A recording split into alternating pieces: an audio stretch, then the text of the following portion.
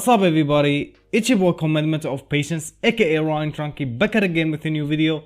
So today I'm gonna be doing the Abandoned Son part 4, so let's get started. So the last time I think I said like in Izuku point of view, how could I have been so foolish to think that I could even find love? I've been alone for so long. Maybe my fate is to be alone. Wherever there are no points in complaining, I've got to focus on getting onto UA. I can't even speak, so sorry. And with that I think I ended like Izuku point of view. So now it's officially the day for UA entrance exam. Basically Izuku didn't have time to waste moping around just because girl was already bothered to another man. Instead of wasting his time, he decided to improve himself so that he'd be ready for the big day, for the test, and it was the best decision he made or had made for himself to block out any distractions and focus on the important thing. When Izuku walked out of his apartment, he kindly greeted Mr. and Mrs. Yagi, but Mrs. Yagi was about to go like ballistic basically when she noticed Izuku's ears. Then Izuku said, "Good morning, Mr. and Mrs. Yagi." Then Inko said, Good morning," and then Toshinori said, "Good morning," like not good morning, like good morning, like stopping in the end. Then Izuku said, "Is something wrong?" Then Iko said, "What did you do with your ears, mister?" Like, you know, like the kind of way try to how can I say it? I forgot how to say it, sorry, like try to punish him or something. So yeah, Inko was practically ready to tear his ear off for having piercings, but she wasn't listening to what he was trying to say until Toshinori was able to pry her off him in order to allow him to explain what was the deal with the piercings. And then Izuku said, "Okay, first of all, these aren't just any piercings. These are known as chakra rods. Like receiver, that's also part of my quirk, which I've learned how to use it during my 10 months of training for the entrance exam. The reason why I prefer to have them like this is it's so that they look innocent and you wouldn't expect them to be able to turn into a weapon. They're strong enough to break through steel. Only I can break it with ease. And for example, if I had you a small piece of it, you keep it on your person, and if I send chakra to it, it tell me where exactly you are." Then Toshinori said, "Would you care to demonstrate, my boy?" Then Izuku said, Izuku pulled one out of rose from his ear and extended to the length of a short sword. As the light struck the railing, both Inko and Toshinori noticed that the rod did indeed cut through the steel. Then Izuku said, "Please, excuse me. I don't want to be late for the entrance exam." Then Izuku began walking toward UA, his mind clear from any distraction. That is, until he tripped over his own shoe laces. As he was ready to brace for the impact, since he had believed his face would hit the floor.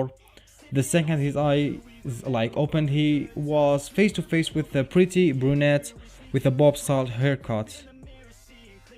Then Ochako said, "Sorry for using my quirk. It will have been a bad luck if you fell, you know? My name is Ochako Ororaka. What's yours?" Then Izuku said, "My name's," and stopped then he heard Katsuki. Katsuki said, "Deku! Who the fuck give an orphan permission to come to UA? Get the fuck off my way!" As he was rudely interrupted, he turned back to his new acquaintance only for her to seem like she had just learned his name. Then Osako said, "So your name is Deku, huh?" It's nice to remind me of Dikuru, which mean you can't do it. What did you exactly mean by orphan? Then Izuku said, firstly, my name is Izuku. I have no family or last name. He called me Deku, which mean useless. Then Osako said, I'm sorry, I had no idea. Then Izuku said, it's fine, we shall get going. We don't want to be late. He walked and sat in an empty seat of the like I'm gonna so he was waiting for the orientation to begin. As orientation began, the pro hero president Mike explained to everyone how the test would work. So after a long explanation, he directed student student to testing zones. Inko and Toshinori had both made it to UA to be part of the judge who would grade the hopeful new generation of heroes. As they walk into the observation room to see the candidates, all teachers were surprised to see Inko seeing as she retired years ago after her incident. Now, practical exam basically. When President Mike began the test, Izuku sped off like a rocket, while everyone stood still and was looking at each other. Mike then said, there's no ready, set, go in hero work. As Izuku was far ahead into the testing area, he performed some hand sign and shouted, Shadow Clone Jutsu. Then appeared like 6 Izukus who spread out in the testing facility. Each Izuku used variation of elemental jutsu from wind, fire, water, earth and lightning basically. As 10 minutes had gone by, Izuku racked up 100 points. There was 5 minutes left in the test where all the sudden 6-0 pointers had started making their way into the Fox City, trapping all the heroes in the center. As all participants began to wonder when the test was over, President Mike sounded off. Mike then said, the test is over when all 0 pointers are destroyed. When all the students here, they felt a despair since a majority of their power weren't very useful against giant robots. Those with the weak wills to continue dropped to their knees. Izuku then said, is this how you all show the world that when things go tough, you'll just fold in like a little girl? If you want to become a hero, then you have to be ready to lay your life for the world.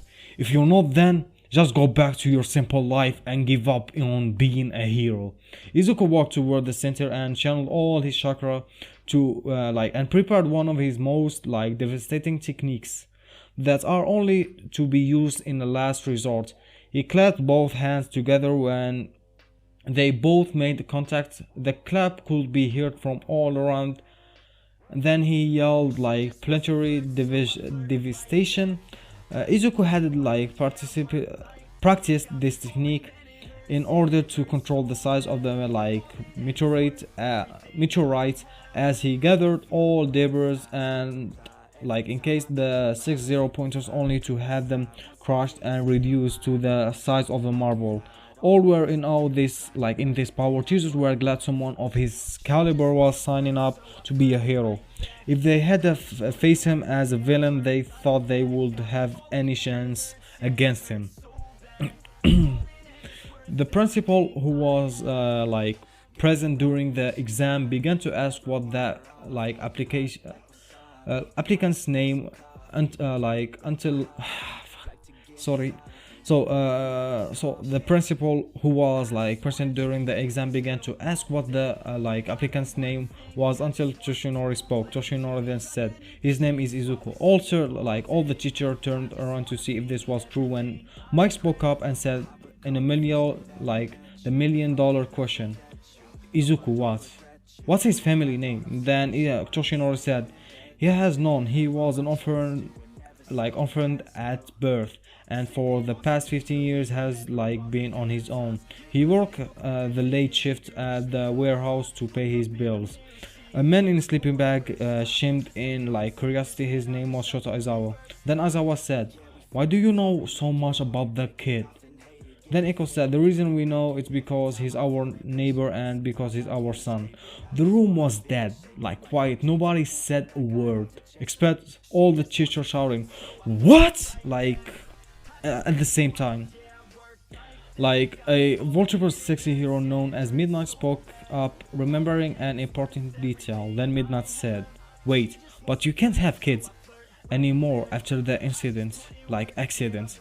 Then Inko said, I was 22 when I was pregnant with him. Toshi and I weren't ready to be parents, so we put him in an orphanage after he was born.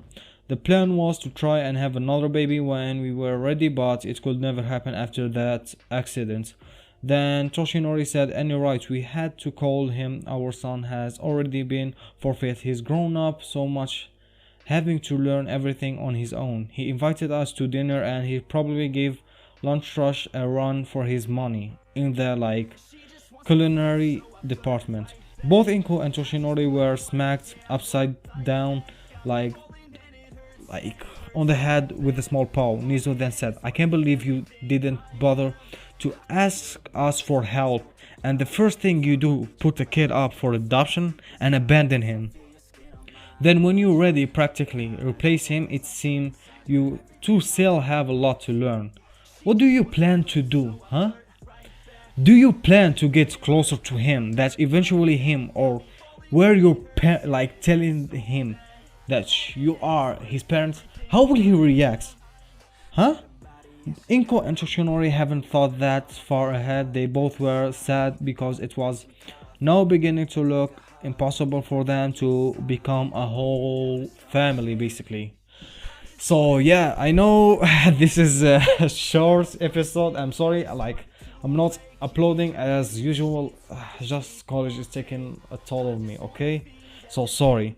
So yeah, I hope you like this video. As always I say, please don't forget to leave a like, subscribe, and also don't forget to press the notification bell so you can get notified when I release my vids. So yeah, and catch you in another video. Peace out.